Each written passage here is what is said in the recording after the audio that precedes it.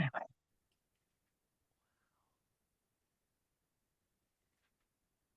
And next week I get to go to some stupid hearing from some buyer that actually complained because she didn't get the house. So her agent actually told her not to make her highest offer, Okay. facing competition.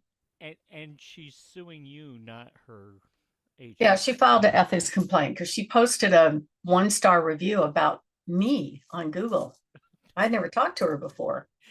Like, who are you? Yeah. And she goes, I would have paid 50,000 more. I'm like, oh, party foul, because that's not true. I kept a copy of it. And I told her agent, take it down or I'm going to file a complaint against you because you told her a bunch of BS.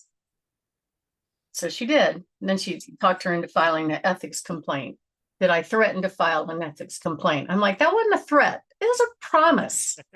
It's a guarantee. If I write it down, I mean it. And I just don't let people push me around anymore. I'm tired of it. And I have to pay for the privilege of this kabuki court. So they sent these documents on April 2nd. They said, your hearing was on April 14th. And if you want to bring witnesses, you have to give us 15 days notice. I'm like, do the math. You gave me 11 days notice of the hearing date. So not enough time. Sorry. You got to reschedule. Oh, we can let that slide till Friday. Yeah, right.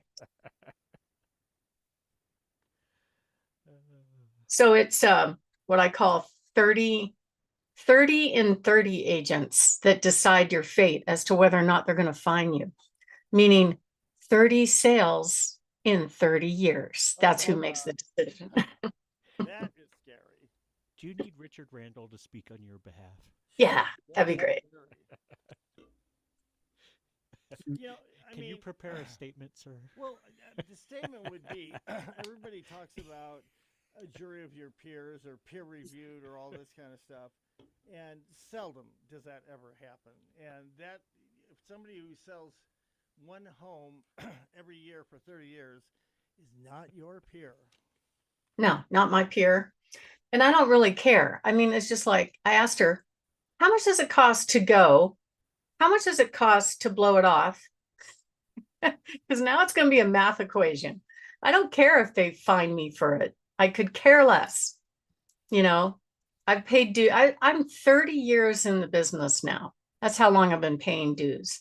And all they do is fine me and give me great grief. 100% of my listings get fine notices. 100%.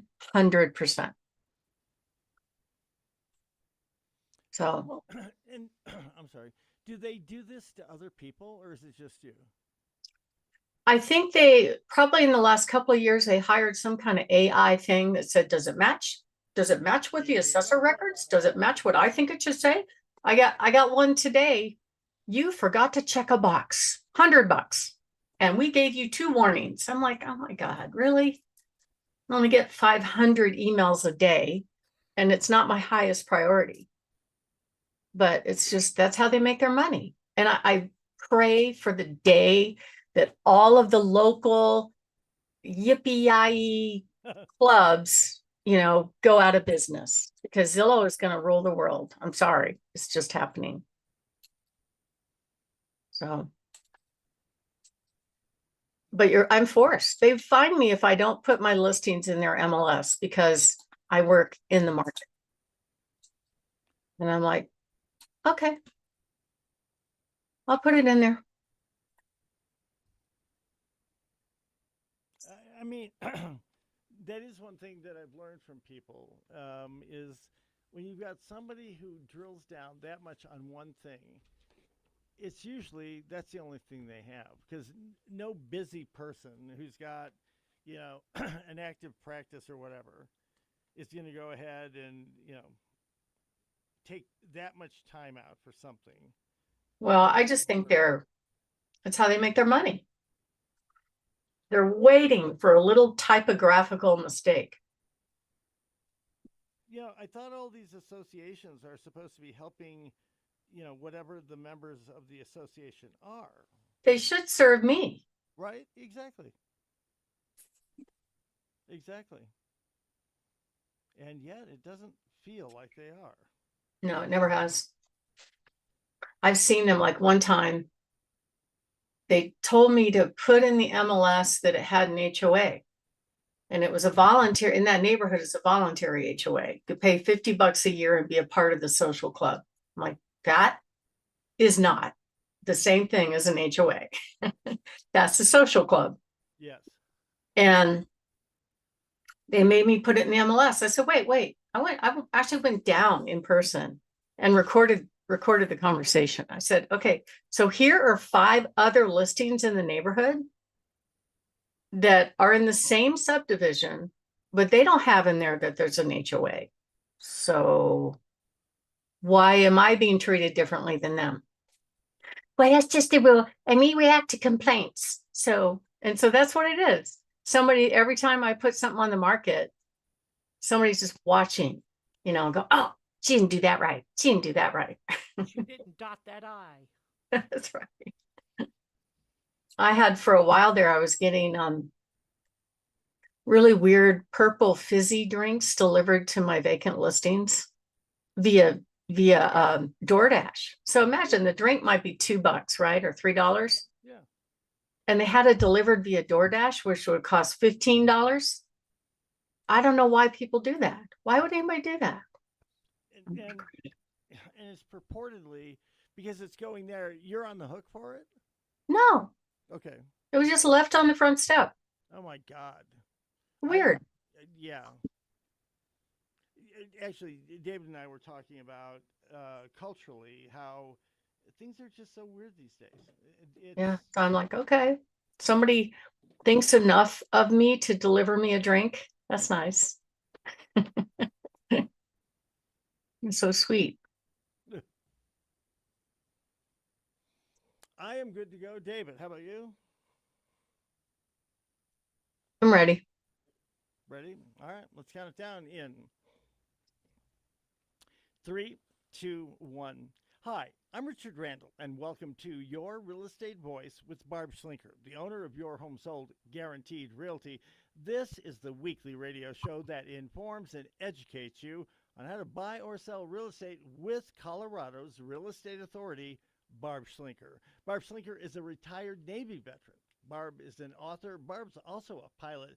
And Barb and her team enjoy all that Colorado and the Front Range have got to offer. Barb, always great to be talking with you. Now, we air Your Real Estate Voice, the show, every Saturday. If you can't listen to the entire program, it's always available on Barb's site, barbhasthebuyers.com, or just search for it. You'll find Barb on all of the popular podcast platforms like iHeartRadio. Every week, Your Real Estate Voice covers great information about the housing market and one of people's largest assets, the home. So, Barb, what are we covering today? Well, Richard, the first one I'm going to talk about is pricing. I know I talk about pricing a lot, but the subject is why overpricing a home could cost a home seller tens of thousands and how to avoid it. Now, why am I talking about this? Because it doesn't take much of an adjustment to get it right, but most people actually want to price the home above what the market could command for, quote, negotiating room. And that's a terrible mistake because the buyers actually know the market better than most real estate agents. They know what's available. They know what they're looking for.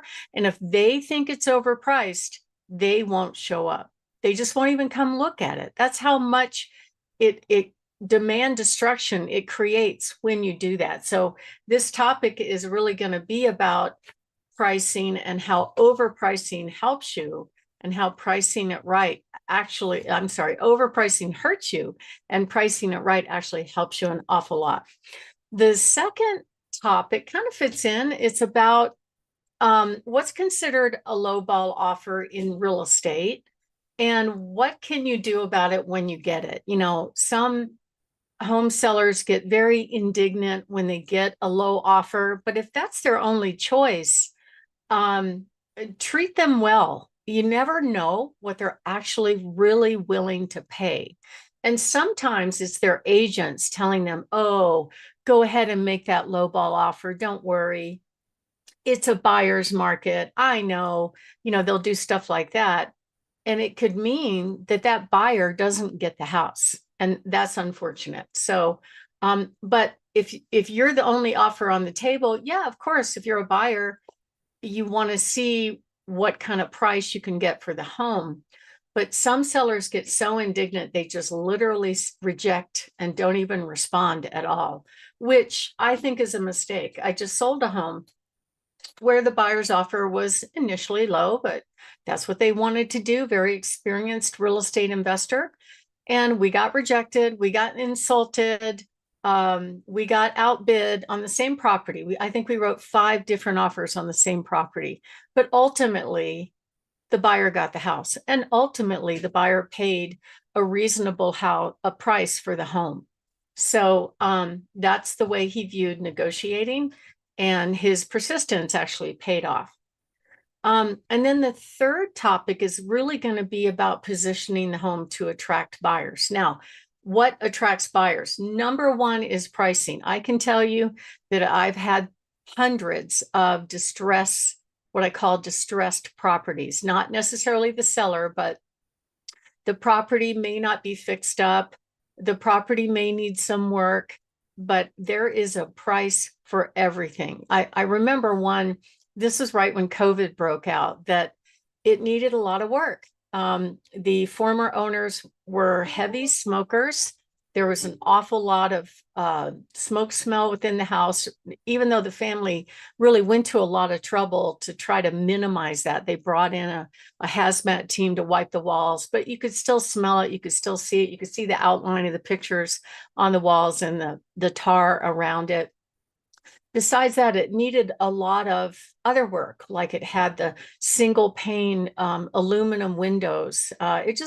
But it was a great floor plan in a great location, and the seller made the right decision to price it right. And it sold because they positioned the home properly. We had 26 offers on that home, and it sold as if it didn't need any work at all. That's how pricing is so important, and that's how attracting buyers doesn't necessarily come in a remodeled home. It's the whole package. And then the last topic we're going to talk about is about commission rules, because not everybody pays attention to real estate news. They only care about the topic if they are buying or selling. So there have been some rules that have changed within the last 2 years that have completely changed how commission is paid, in particular to a buyer's agent. So we're going to talk about how, if you do this right as a home seller, you can save thousands, and what you need to know about it, as well as I always like talking about my hot new listings. Richard? Well, we're back with your real estate voice. Your host is Barb Schlinker of Your Home Sold Guaranteed Realty. Today, we're talking about something that could literally cost you tens of thousands of dollars when you sell your home. Believe it or not, it's overpricing.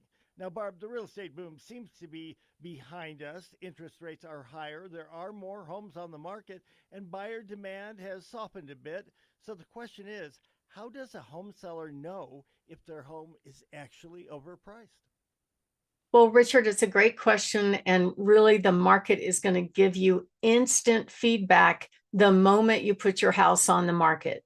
We can tell by the number of calls we're getting to see it. We can tell by the number of views and saves that they're getting online.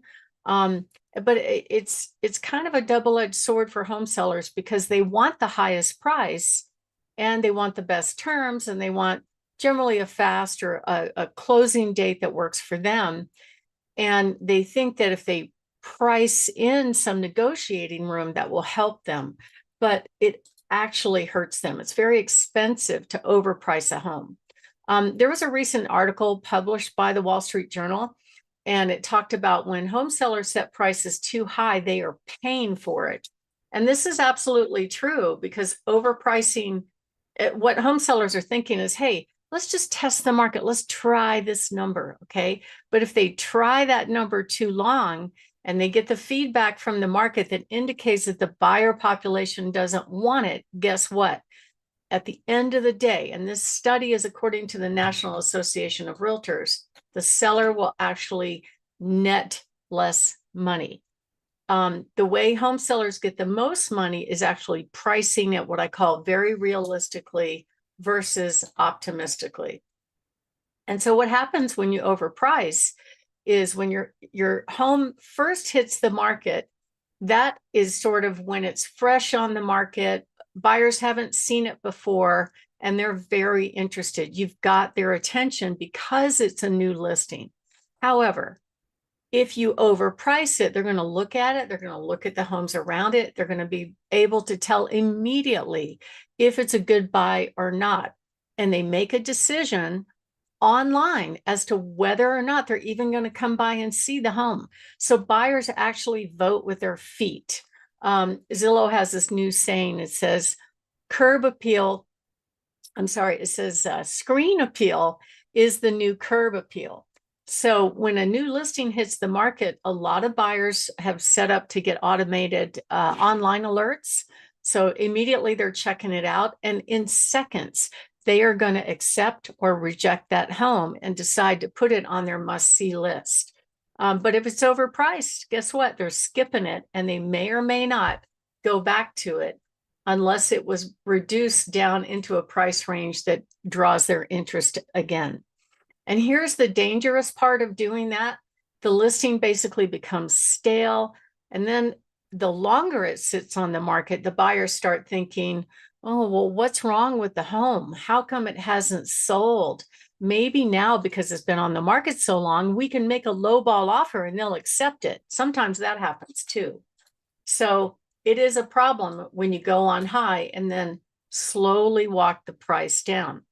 The reason is that you've already missed the most active, ready to buy buyers because that first 7 to 15 days on the market is prime time. You've kind of lost that momentum. And then you often end up selling the home for less than what you wanted in the first place. And at the end of the day, the homes that are priced correctly from day one attract more buyers at the same time. They create competition and you get even stronger offers. I just did it twice on 2 open houses last weekend. Multiple offers at both properties, multiple buyers coming through the house. They could see each other and they are very interested in that home. My name is Barb Schlinker. I'm the broker owner of Your Home Sold Guaranteed Realty and the host of this show, Your Real Estate Voice, along with Richard Randall, the famous Richard Randall. And we're talking about how do you know your home is overpriced? And when we come back, we're going to touch on how do you price it right and avoid leaving money on the tables. And if you are thinking of making a move, give us a call at 719-301-3900 or go to barbhasthebuyers.com. Richard? You know, you're so kind, but Barb, your reputation precedes you. And I just want to mention briefly, you know, in the time that you and I have worked together, one of the myths that is out there, and I bought into it 100% before we started talking. And of course, it's just logical. You set your price real high. If it doesn't sell there, you just ratchet down a little bit. And eventually, you're going to hit a point where it sells. You've taken care of that fallacy, I think, very well. All right, so you're listening to Your Real Estate Voice. That is Barb Schlinker of Your Home Sold Guaranteed Realty. And today we're talking about how to know if your home is overpriced. More importantly, how to avoid leaving money on the table because of that. Well, you know, the way you avoid it is you just price it right out of the gate. Everybody thinks, oh, I'm going to try to get a little bit more, but it works the opposite if you build in negotiating room. And you can tell the market's going to tell you right away if you got it wrong. You're going to have very few showings. The buyers won't look at the home. They won't make offers. And the few showings that you do get, the feedback will be it's priced too high, or it'll be something kind of innocuous like, oh, I didn't like the floor plan. Well, we published the floor plan. How can you not like the floor plan? You drove all the way there to see the home. So I'm not sure I believe some of the agent provided feedback. Buyers essentially vote with their feet and with their money when they make an offer. So the best thing to do is price it right out of the gate. And that's the way you actually get the most money. And in today's market, right now, we've got more inventory than we had a year ago. We have about 3% fewer buyers going under contract than we did a year ago. So that's basically less demand, higher inventory, which means that you have to be priced very realistically. And you cap it all off with the rates going up into the upper sixes, which makes it less affordable for some buyers. It's a problem. So the smartest strategy is to price it right out of the gate. Let the buyers decide what they're going to pay, because they will go over asking price if they like what they see, and that's the best deal available to them on the market. So if you are thinking of making a move, give us a call at 719-301-3900. Or go to barbhasthebuyers.com. We'd be happy to help you decide what was the right asking price for your home. Richard?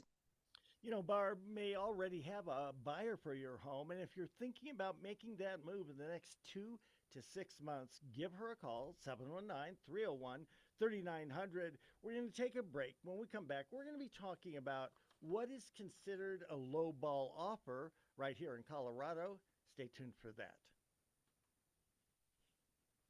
I'm sorry I went off script on that. You know, Okay. I think of everything that I've learned, and I've learned a lot.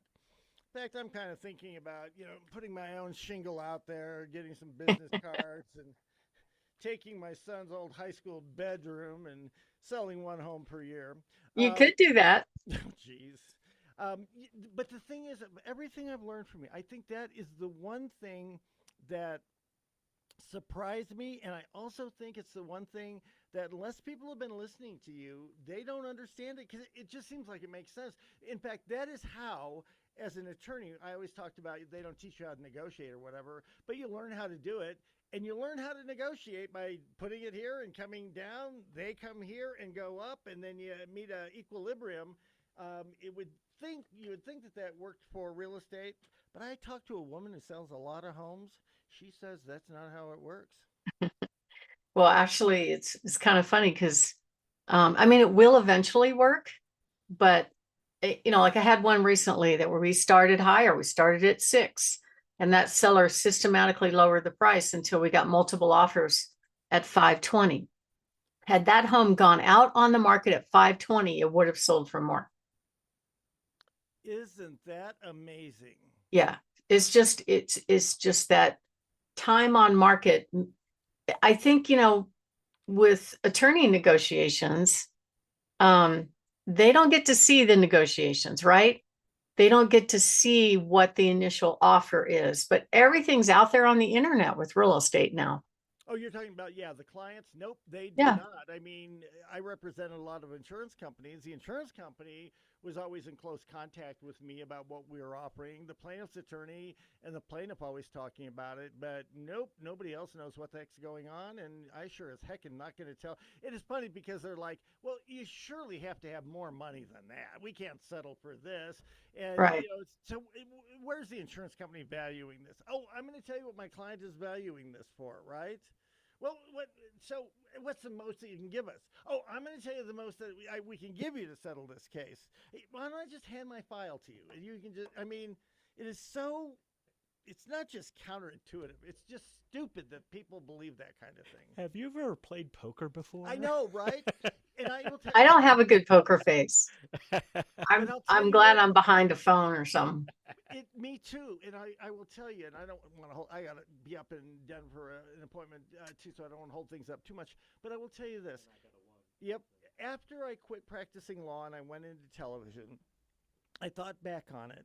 And the guy I worked for, loved him. Oh my God, what a great guy and everything. He's a really, really good attorney.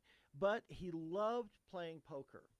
And as I was getting ready to leave and go over to television and stuff, I said, Jim, our personalities are just different. Mine is, very ADD and trying to stay on top of all of this stuff and everything. He goes, well, the other thing is you don't play poker. And I'm like, well, I used to every now and then with my fraternity brothers. He goes, no, I mean play poker. Because if you play poker and you like the excitement of betting and trying to make it happen and winning and losing and all that, you like going to court because you have more control even when you're going to court, but you still have all of that drama that you get from gambling. I never thought of it that way because I did love going to court. That was the only damn thing that was exciting out of practicing law.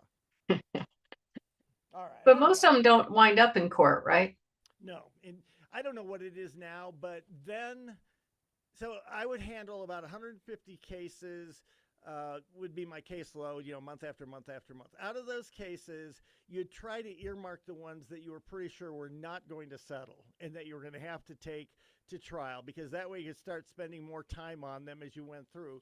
Most cases, you have 2 years statute of limitations, so people would file on the last day of that, and then it would take 8 years before it winded its way through the system and actually got you in a room with an assignment judge up there telling you, Mr. Randall, are you ready today? And, he'd have about 200 people in there, trying to figure it out to assign you out to a judge.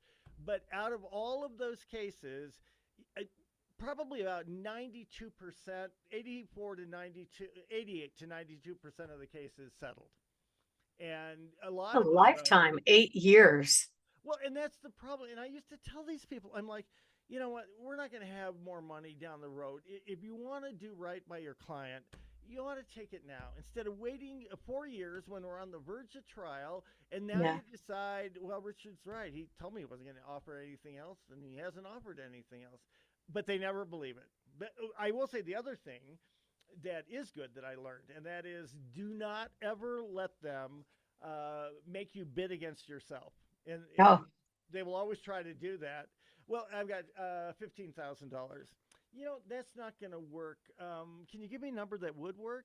No. You give me a number back from the 15,000, we'll go from there. But I'm not going to bid against myself. Yeah. But again, you know what? They don't teach you any of that stuff. So, all right, I'm talking too much here. I am ready. Okay. Count us down in 3, 2, 1. Welcome back to Your Real Estate Voice with Barb Schlinker, the host of the program. I'm Richard Randall. I sit in with her on this weekly radio show that informs and educates you on how to buy or sell real estate with Barb Schlinker, the owner-broker of Your Home Sold Guaranteed Realty. Now, Barb, most people selling a home have some very different ideas of their home's value. Some believe that they should price it at the very top of the price range. Others want a quick sale. Others have just no idea at all. So, Barb Schlinker, how does a home seller price their home to negotiate the best price, and what should they do about lowball offers? Well, Richard, oftentimes I see home sellers get very upset and indignant about lowball offers, and I get it. It's real estate. It's very emotional. Sometimes it reminds me of high school, but at the end of the day, you have to think of it like a business transaction and a bottom line. And it's not just price. It's a lot of other things about, could be when you want to close, when you want to give possession. It could be the quality of the buyer. It may not just be money, but just to use money as an example, the question is, does the home seller's bottom line actually match what the buyers are willing to pay? Because you can ask anything you want, but at the end of the day, it's the market that's going to decide. It's the buyer stroking the check, for the money that's going to decide what they're willing to pay for a house. And if you look at the online Zestimates and estimates that you see, you get them on your credit card statements, you get them on all kinds of things, insurance statements. How accurate are those really? A lot of people ask me about the values that they get from the tax assessor. And I don't know if you know, Richard, but in this state, the tax assessor is obligated to tax your home 18 to 24 months of its value, 18 to 24 months ago. So 2 years ago value, not right now value. And 2 years ago value was about 10% higher than what the market commands right now. So a lot of people are getting taxed on the value of the home closer to when the market was booming. And so they think that that's their home value. They don't know. Or they look at Zillow. Zillow is more fake news because Zillow bases their opinion on value on what's available for sale, not what has sold.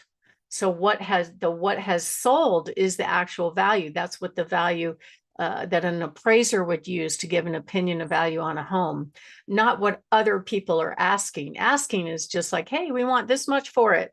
Bring me the money. And then it just sits there and sits there. That's a problem. And there are certain things about homes that will generate more demand. Things like condition. If it's in really, really great condition, if it has nice views, if it has really nice improvements. But there's a limit to that. You still can't increase the price based on those things. You still have to price it generally to similar sales and similar competition, market value, and let the market decide. If they love it, they will show up with multiple offers. And then many times they go up over asking price. And condition isn't always it. Here's a home that we just sold last month. It was up in the mountains. It was on 4 acres. It was definitely a fixer-upper. There was smoke damage on the walls. The plumbing wasn't connected. But because the seller chose to price it very realistically, we got multiple offers on that home, and it sold for about $50,000 over asking price. So it's all about pricing at the end of the day. And it's a little bit tough to rely on the price of your neighbor's home. I was just talking to a seller this morning. She wanted me to give her opinion of value without seeing the homes. I looked up comps and helped her a little bit. And, you know, square footage essentially is the gold standard where you start. Appraisers have to compare apples to apples. So you have to compare a tri-level to a tri-level, or a 2-story to a 2-story. And if the 2-story has a basement, it has to be a finished basement against a finished basement. That's what they do. But so that's how they figure out value of similar sales. However, the buyers don't really care about that. They're kind of looking at, okay, I'm a buyer. I'm looking in this price range in this area. What can I get for this price range? Sometimes a floor plan is a factor, sometimes not. Could be school district, could be location, could be age, could be condition. There's all these different things that the buyers are going to be looking for. And at the end of the day, if you price it right and you get multiple offers, you don't have to worry about lowball offers. I mean, they will still come. I had one in January that we intentionally priced at a good 5% below similar sales because he wanted to sell fast. We went on to get 8 offers. The highest offer was 10% above asking price. Okay. So that delta made a difference, but there were some offers in there that came in low or came in just at asking, and they didn't win the bid. So right now, with the market conditions as they are, not all real estate agents are the same. According to Zillow, or over 70% of licensed real estate agents sold 0 homes last year, which is just, I don't understand. I mean, maybe some people just want to keep their license just because it's fun and they want to have a tax write-off because there are a lot of expenses to it. But many agents can't make a living at it, and they have other jobs. You wouldn't believe how many calls I get after hours on the weekends, and I can hear the restaurant in the background. And, you know, it's always a real estate emergency. I got text and questions about my listings on Easter Sunday, which I didn't think was very polite, but that was from agents. It's like, really? Come on. It's like reaching out to me on Christmas Day. It's almost the same. But at the end of the day, not everybody is the same. It's 1 month of school to be a real estate agent, right? So not everybody really studies the market and what's going on. Some do and some don't. But I tell you who does. It's the buyers out there looking. They know what's going on. They know what's available for what they're looking for. And they're going to vote with their feet. They're going to show up if they love the home. And they're going to make offers if they love the home. So will they make a lowball offer? Maybe. If they have no competition, they might test the waters and see what they could do. And you don't know if it's the agent encouraging them to do that or if the buyer just made that decision. So to figure out home's value, it really depends on, you know, what homes are selling for, like this one that I had a bidding war on last weekend, wasn't the lowest price home in the neighborhood, but it is in superb condition, right? So even though there were very similar homes that were priced lower, those homes were not move-in ready and turnkey, right? Whereas this one was. There was a lot of demand for it. So you really need an expert to help you walk that fine line and figure out what decisions to make when you get an offer. And so here are some of the negotiating mistakes that we see. If you get a lowball offer, don't kill the messenger, okay?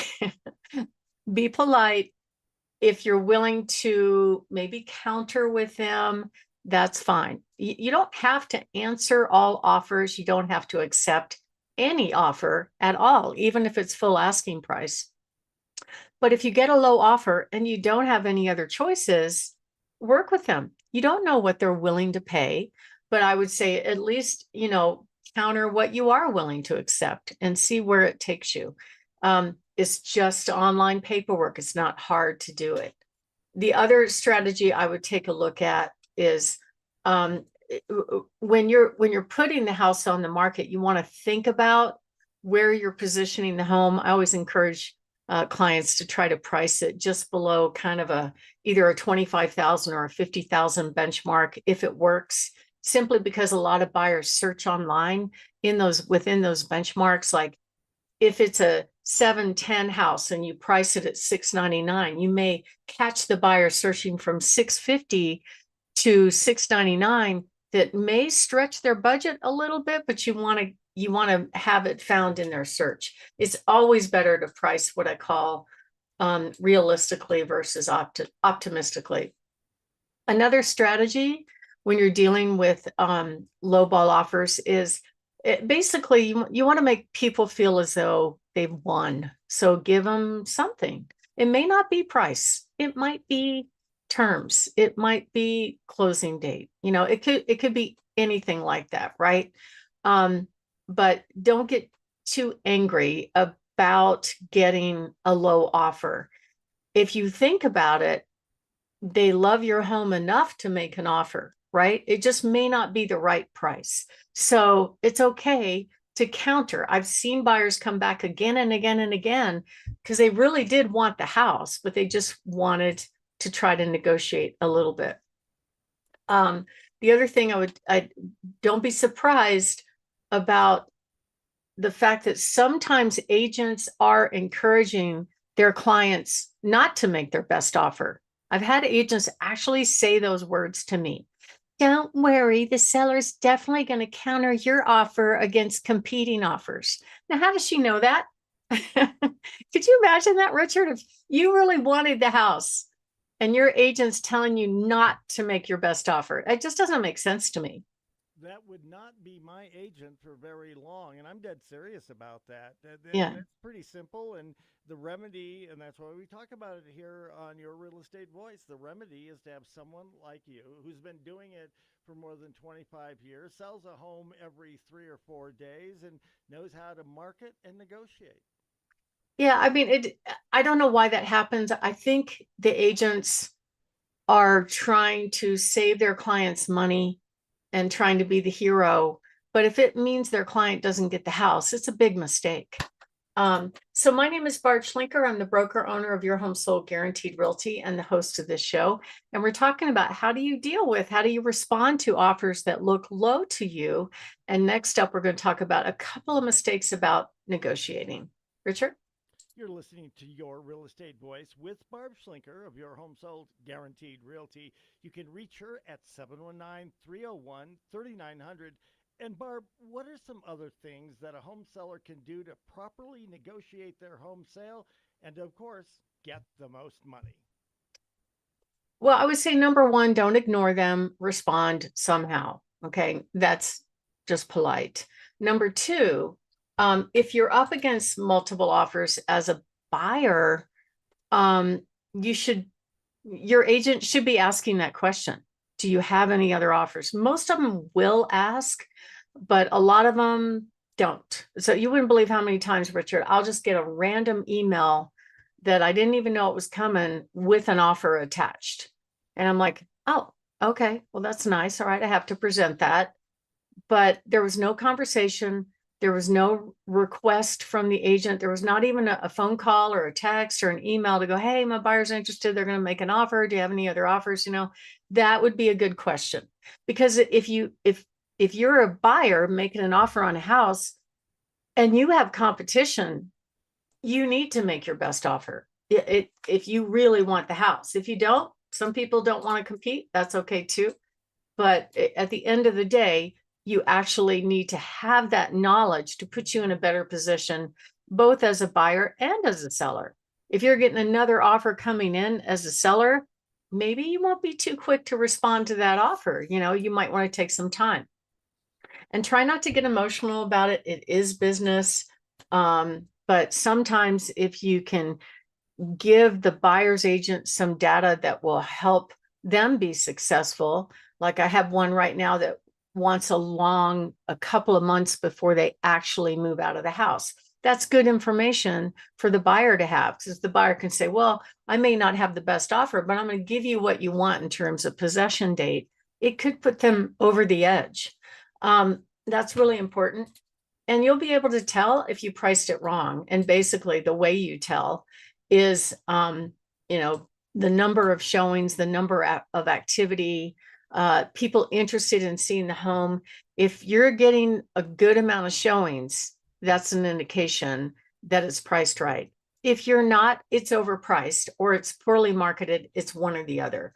So if you'd like to find out how we do that and you are thinking of making a move, give us a call. We give free in-home consultations and help you figure out what to do to get your house ready for sale, show you what the market will command, and let you know how much you'll put in your pocket when it sells. It's a free service and you're never obligated to sell. Give us a call at 719-301-3900 or go to barbhasthebuyers.com. Richard?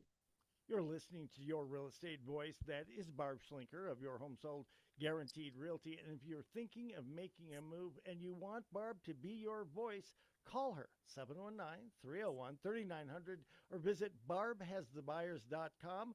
We'll take a break. When we come back, we'll be discussing how smart home sellers are attracting buyers even in today's market.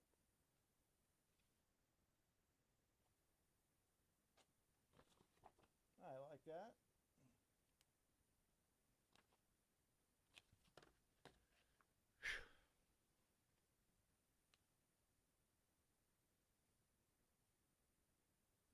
You got to go up to Denver again?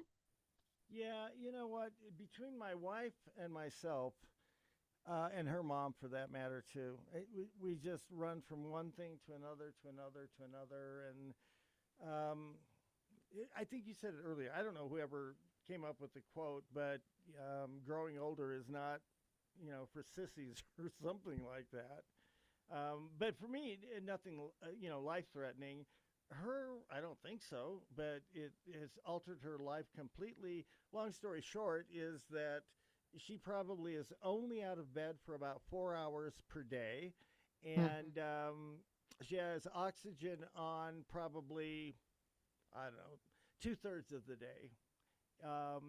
And for a year, she's been going to Mayo and Jewish and all of these various places, and they haven't found out anything. And I keep saying, guys, you might want to just, take a look and see if there's perhaps something related to COVID, because she got like 7 shots. But oh my God, I'm such a heretic conspiracy person if I even try to mention something like that. Yeah, I got sick in December and it lasted forever. And I don't know what it was, but Is it gone now? yeah. Good. All right. Because that's the other thing, and I believe this as well. I think because of COVID, it does something to your immune system, and you get sick with something. And, in the old days, a couple of years ago, it would have taken you a week or two to get over it. And now it just lingers and lingers. Yeah, a month is ridiculous. I ran into somebody at the gym and she said the same thing. She goes, yeah, I was out for a month. It just wouldn't get better. And then they gave her antibiotics that she was allergic to, which made her even sicker. And God, Well, stay and away from actually, doctors and lawyers. it's there's good and bad in every profession, but That's true. I think they're going to look back at this whole Fauci thing and really say, "Oh my God, that was almost the same as having people get bled or put leeches on them to try to make them feel better." Yeah. Or they used to cut off your arm if you broke it. Oh my God, I didn't Remember know that? Oh gosh. In the 1800s. You ever I watch didn't. Master and Commander? It's one of my all-time favorite movies. Oh, it is one of my all-time favorites. Yeah. In That's fact, what the they did next back time, then. all right, the next time you and I see each other, I'm getting rid of all my books. I probably have 500 books I'm going to give away. One of them is on the Napoleonic Wars, Mhm. and a lot of it is on land, but there's big chunks of it that is the French and British navies against each other. And remember in the movie where it's getting dark and they built this little raft and put a couple of lanterns on it to try Yeah. to fool the French? The That Phasmid. exactly happened. That really happened. There was a British commander, a real young guy, daring and brave and everything. That's exactly what he did. And I'm not criticizing, it was stolen for the movie or whatever. No, it was very, very cool and effective in real life. And hell yeah, you put it in the movie. Yeah. It was awesome. I did not know that about you. I love that one and Red October. Yes. I could watch those over and over again, never get tired of it. We had David lined up for us a sub commander when sub shot that Iranian frigate and sent it to the bottom. We got a Cold War era a sub commander to come onto the program, and Oh, cool. yeah, oh my gosh, so cool. That All right, must have been so much fun for them. I think so. He looked like he. Yes, yes. Israeli, yeah. Yeah. So we got an Israeli pilot who had flown in some of the wars over there, and I don't know if people technically consider that to be good talk radio. Maybe it's not. I do know this. It's interesting, and if you give people interesting things, they should like it. Yeah, for sure. All right, count us down in 3, 2, 1. Welcome back to Your Real Estate Voice with Barb Schlinker, the weekly radio show that informs and educates you on how to buy or sell real estate with Barb Schlinker, the owner broker of Your Home Sold Guaranteed Realty. Now we're back and we're talking about one of the largest assets. Of course, that's the home. Many people sat on the sidelines, decided not to buy because rates and or prices were just too high.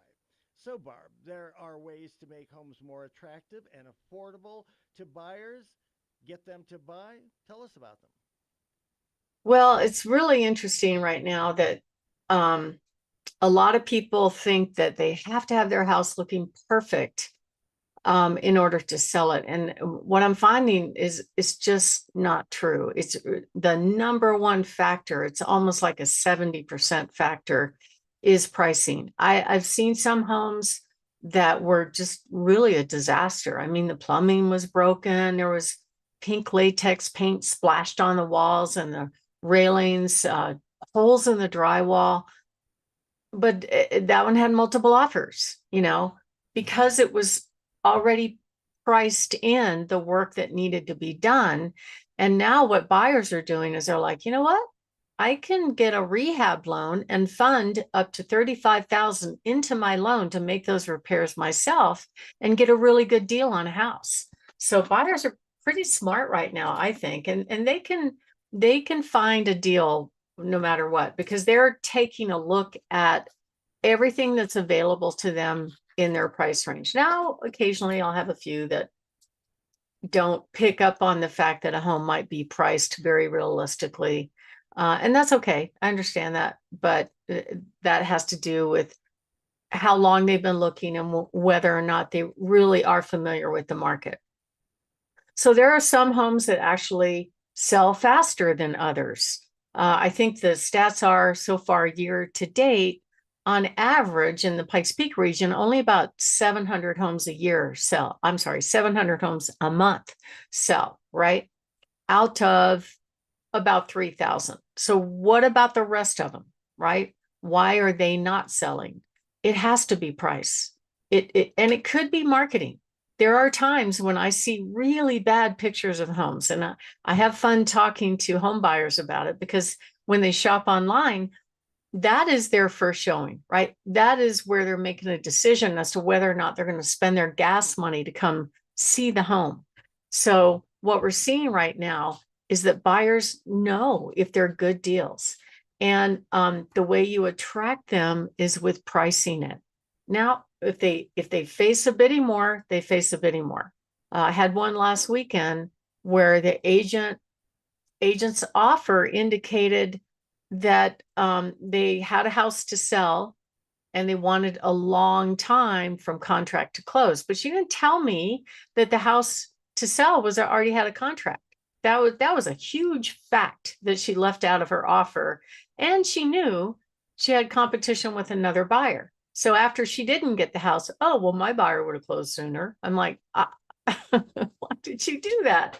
It's just really surprising that there, even some of the more experienced agents sometimes leave out some really critical facts that would make help the seller make a good decision. So there's, I think, a lot of pent-up demand of buyers just waiting for the right opportunity and the right home that hits the market. A lot of them are living in their parents' basements and saving money until the right one hits the market.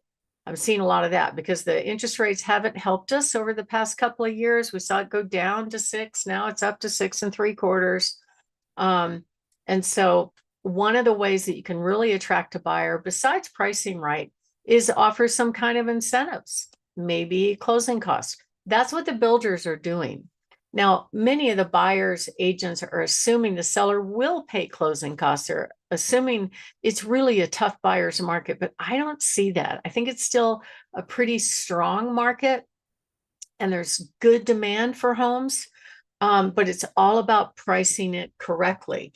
And the builders know this. They know exactly what to do. They will promise all kinds of stuff, but they price it into their sales price. So maybe they might have a 475 house that they price at 5.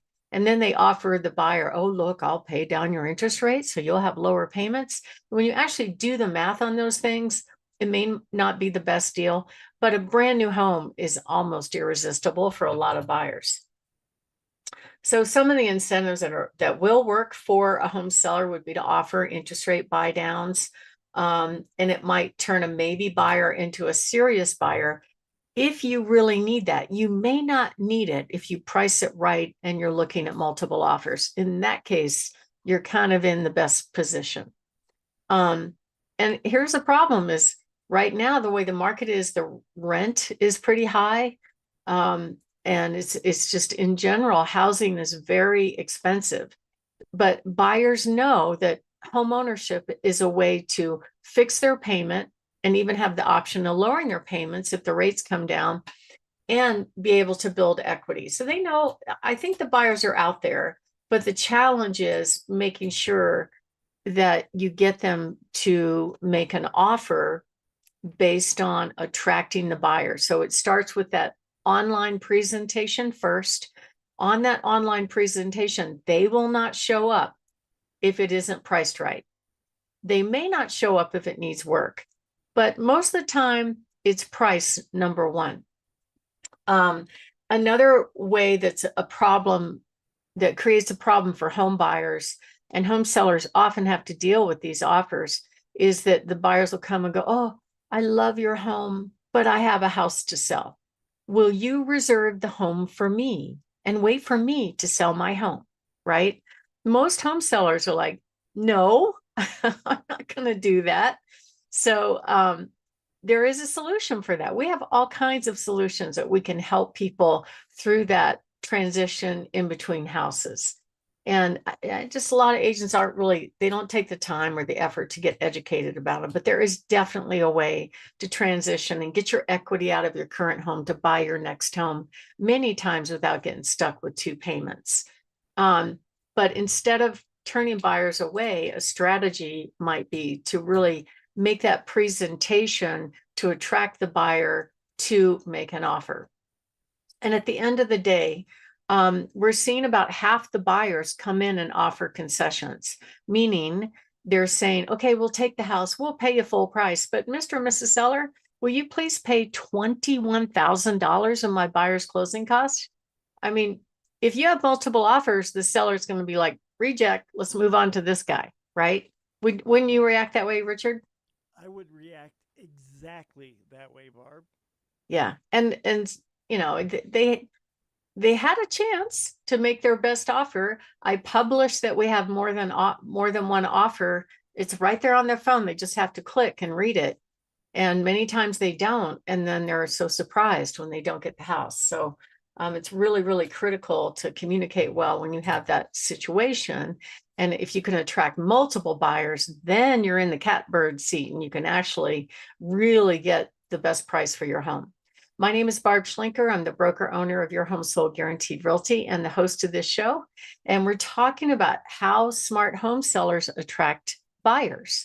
It's mostly with pricing, but some of it is also with how the home is presented to the market. And when we come back, we're going to talk about how you actually position the home so it lands on every buyer's must-see list. And if you are thinking of making a move, give us a call at 719-301-3900 or go to barbhasthebuyers.com. Richard? You're listening to Your Real Estate Voice. That's Barb Schlinker, the host of the program, and she is the owner-proprietor of Your Home Sold Guaranteed Realty. We're talking today about how to position your home so that it lands on every buyer's must-see list, and you take it from there. Well, Richard, I think, one of the things that you need to really focus on is to get what I call the 5 Ps right. Picking the right agent, preparing the home properly, pricing it strategically. That's really important. And making sure it's promoted aggressively. Now, what do I mean by that? So a majority of agents will just do what I call post and hope. They take the pictures, or hopefully they're doing professional pictures, but not all of them do. Post it in the MLS and hope some other agent has a buyer, and they don't have any buyers. They don't have any way to attract buyers.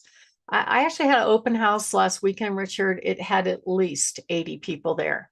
It was a lot of people. I took a picture of all the shoes because I figured they didn't want to have pictures of them taken. But, so why was it like that? Because it was priced right and it was promoted properly. And I remember one of the buyers came up to me and she goes, "Is this normal?" I said, it's really all about pricing and having it promoted right. I said, it's normal for me, but it may not be normal for most real estate agents. So marketing absolutely matters, because if they don't like the pictures, you can't get them in the door. And actually, those pictures are presented online. You only have seconds to make an impression. And a lot of the agents really don't know how to do that. They don't know how to pick the best pictures, and they don't really understand. They might put 20 pictures of the backyard before you get to the kitchen. Well, if you only have seconds to make an impression, most buyers aren't going to flip through 20 pictures. They're just going to move on to the next house. They eliminate them online very quickly. And typically, most homes that fail to sell, it's because they've priced it wrong. It could be that it's poorly presented. I had one a few years back with one of my agents. There were 2 houses in the neighborhood. They were both the identical floor plan. And the buyer bid on the one that looked pretty online, but he got shot down. He had a competing offer. There was another one on the market, exact same home, actually in better condition, but the pictures were so bad. The agent literally had to twist the buyer's arm to get them into the house. And then when he went inside, he's like, oh, this is very nice. So occasionally you're going to see weak marketing out there. So as a buyer, I wouldn't let that stop you if you can't find the right home. But as a seller, you should know, don't let an agent do that to you. You need to scrutinize it just as much as the agent does, and make sure that presentation is something that does not create what I call demand destruction, meaning you're going out there on the market repelling buyers. You don't want to do that. There's two ways you do it. You repel buyers by pricing it too high, and you repel buyers by having bad marketing. We know how to fix both of those problems. And then there are some people that just don't want to deal with going on the market and having strangers come through their house and the normal process. A lot of people are like, I don't want to do it. And I don't blame them. There are some situations where it's very uncomfortable for sellers to have strangers come through their house. So we have all kinds of cash offer buyers that will come in and buy your home where you don't have to deal with showings, you don't have to deal with repairs, you don't have to deal with getting the house ready for sale, you don't have to hold it open or anything like that. And if you are interested in getting one of those offers, just give us a call at 719-301-3900 or visit barbhasthebuyers.com and click on the green button that says cash offers. Richard. You're listening to Your Real Estate Voice. We'll take a break. When we come back, we'll talk about new commission rules that could save home sellers thousands. Plus, we'll share some hot new listings from Barb. You don't want to miss those. Stay tuned. I never follow the script. And so we should. I mean, I no, you don't. But No, you don't. it feels much more spontaneous. And I don't know what goes through your mind when you're doing this, but I suspect you start out here and that comes up on the script and it's like, okay, but I have to tell this story here. Yeah, it's usually a lot of stories. All right, let's get this one done and get David out of here. All right. Count us down in 3, 2, 1. Welcome back to Your Real Estate Voice with Barb Schlinker, the weekly radio show that informs and educates you on how to buy or sell real estate with Barb Schlinker, the owner-broker of Your Home Sold Guaranteed Realty. Now, Barb, we could talk directly about how some of these topics directly impact just how much money someone is going to keep and take out of that closing. You don't want to leave anything on the table. Absolutely. A recent settlement involving the National Association of Realtors has changed how commissions work. So, Barb, what does this really mean for home sellers right now? Good news or bad news? Well, Richard, if our listeners have sold a home before, the old way of doing it was you would go list a house with a real estate agent. They would charge the total commission, the amount for the listing agent and the amount for the buyer's agent out of one fee. And that agent would share a portion of the commission to the buyer's agent. That's how it used to work. And the amount that was offered was published both in the MLS and it was also published on Zillow and Realtor.com. So all the buyers could see how much commission was offered. Originally, the theory was that, oh, well, if the buyers know, then they'll understand, if maybe my agent doesn't show me that house, it was sort of like it just set the whole process up for antitrust and price fixing. I remember we took over one listing from another brokerage and they had offered a really, really low commission on this home and there were no showings, It wasn't, the home was beautiful. It was actually very nice, but there were no showings because the agents are like, I'm not going to show it. I'm not going to work for 2%. It's a waste of my time, blah, blah, blah. Wow. Right. So, yeah. And that's actually against the law. It's called antitrust. So actually it started 10 years ago. We were talking before the show, Richard, about how long a whole lawsuit takes and the process. That one started 10 years ago where these home sellers in Chicago said, wait. Okay, I pay the whole commission. And out of that, the portion of the commission I'm paying to the buyer's agent, but then they are working against me in the transaction. I'm paying for them to beat me up on price and repairs and threaten to not close at the finish line if I don't get my way or the way I want it. And he goes, it's almost like being sued and having to pay the plaintiff's attorney as well. And so that's what started it. And it was a class action lawsuit. And then when the DOJ started looking into it, they discovered that some of the big box brokerages, I won't say who they are, but most of them are pretty much had embedded into their training document, hey, you real estate agent, when you list a house, you will not offer less than 2.8%, or the other agents won't show your home. That is antitrust. So then all these lawyers started really getting into the class action lawsuit game, sending out postcards to anybody that sold a home and said, hey, do you want to get that whatever percent commission back that you paid to the buyer's agent? Just join my class action lawsuit. And it started really, there were probably at least 5 or 6 of them. And these lawyers won every time. And these big box brokerages had to write extraordinarily large multi-million-dollar checks. So finally, there was a settlement with the National Association of Realtors in August of 2024. And 2 rules came out of it. One was the buyer agent fee or commission is no longer offered in the MLS. And I remember when it was. When it was, if that buyer closed on the sale, the listing agent had to make sure that buyer got their commission. If they didn't, the agent could take them to arbitration and make them pay.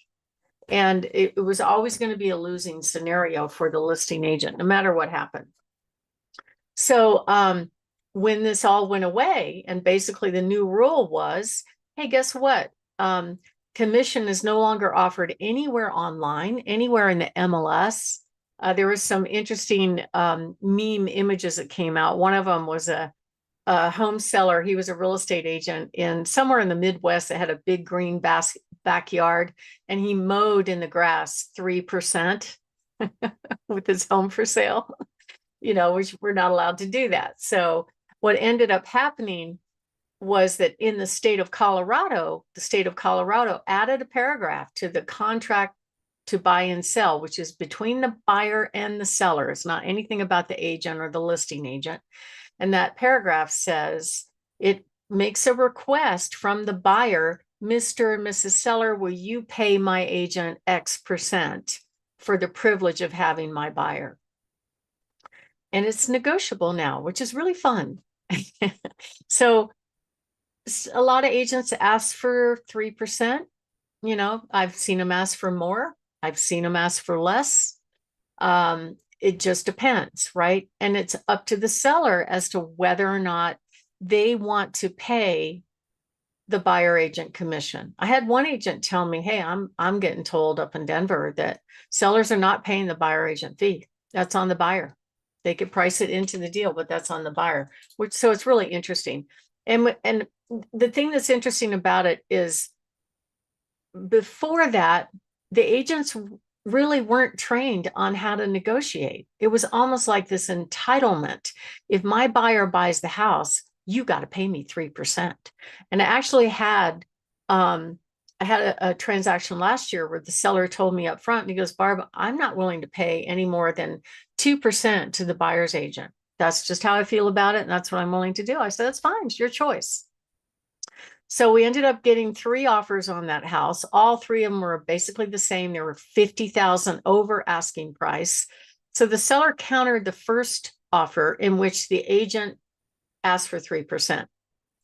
And the counter proposal did not get signed. So we didn't go under contract. The seller did not go under contract with that buyer. And the only reason was the agent was demanding that the seller pay him 3%. Right? There was another buyer willing to say that pay the same price, just as strong of a buyer, and their agent was fine with 2%. And so that buyer got the house. And then 2 weeks later, my client gets a anonymous letter in the mail talking smack about me, and she's all about commission and her open houses and stuff like that. And I can only guess what happened.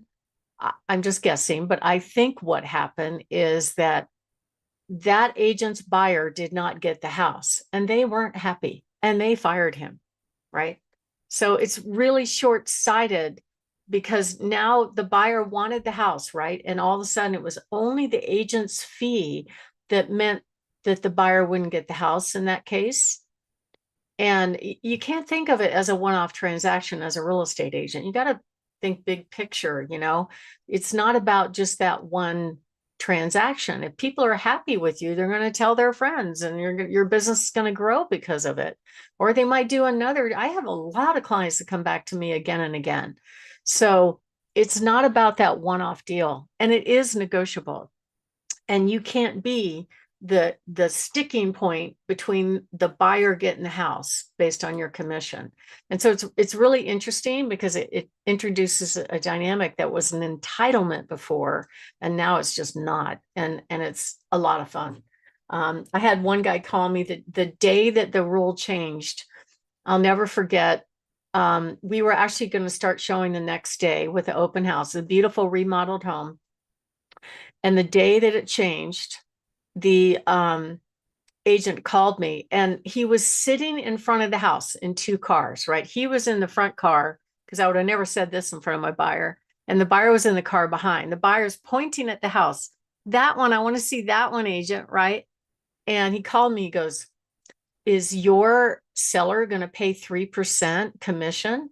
And I said, I don't know. It really depends on the offer. You just put it into the deal. And he goes, well, my buyer signed an agreement that my buyer's going to pay me 3%, and he's not willing to pay any difference if the seller doesn't pay it.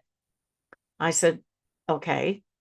And he goes, so is he going to pay me 3% or not? I said, I don't know. I think he has some commission built into the budget. And he goes, okay, fine. I'm just going to go show another house. So he took his buyer away from that home that wanted to see that beautiful remodeled home. Now, if you were the buyer, Richard, how would you feel about that? You know, Barb, we've talked about this before, and I don't Yeah. know that buyers and sellers really understand. You've got a fiduciary relationship with the client. And what Yeah. I just listened to, I don't mean to indict anybody, but that person was not looking out for the client because the Yeah. client was sitting there saying, I want to see this house. Yeah. I got into a text battle with an agent 2 weekends ago, very same subject. She goes, is your seller going to pay 3% commission? And I said, depends on the offer. I don't know. It's the same thing I always say, you know? And she goes, well, you must have something in your agreement about how much the seller is willing to pay the buyer agent. And I said, my agreements are confidential. She goes, well, I'm just going to tell my buyer that your seller is not paying a commission, and I'm going to take him somewhere else. I'm like, man, it's just, it's really ignorant, and it's unfortunate, but it's 1 month of school to be a real estate agent. There's no job description. There's no how to. So as consumers out there, I'm telling you this so you're aware of it. And if you're a buyer, don't let the agent get in the way. Okay. Just don't do it. You know, press on. If that's a house that you want, make it happen.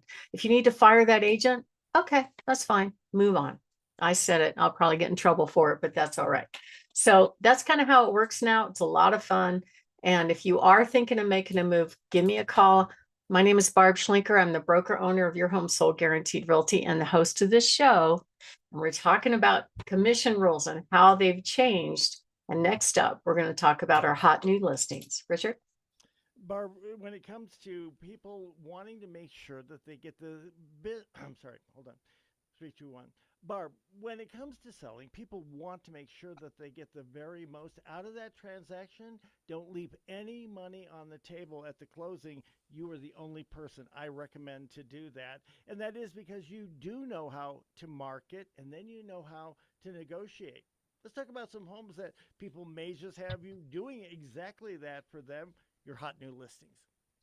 Absolutely. I have an adorable home in Monte Vista, Colorado, priced in the mid twos, really beautiful ranch style home.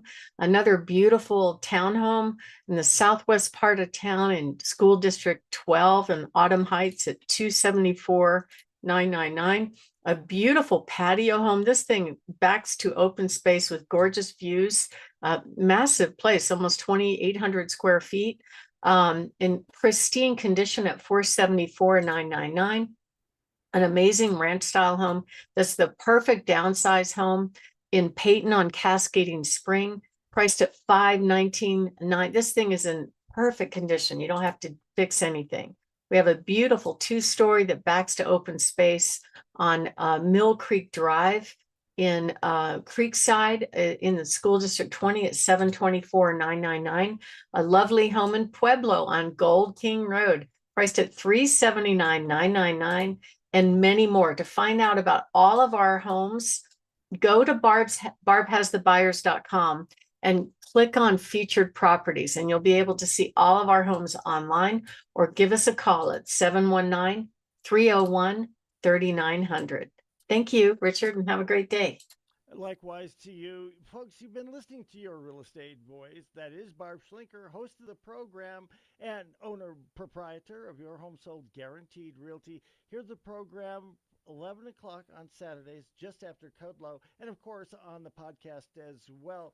Barb, you have a great weekend. Be safe. Look forward to talking to you next week. Have a great weekend. Okay. I thought, yeah. 'Cause I 8 minutes should- early. Woo.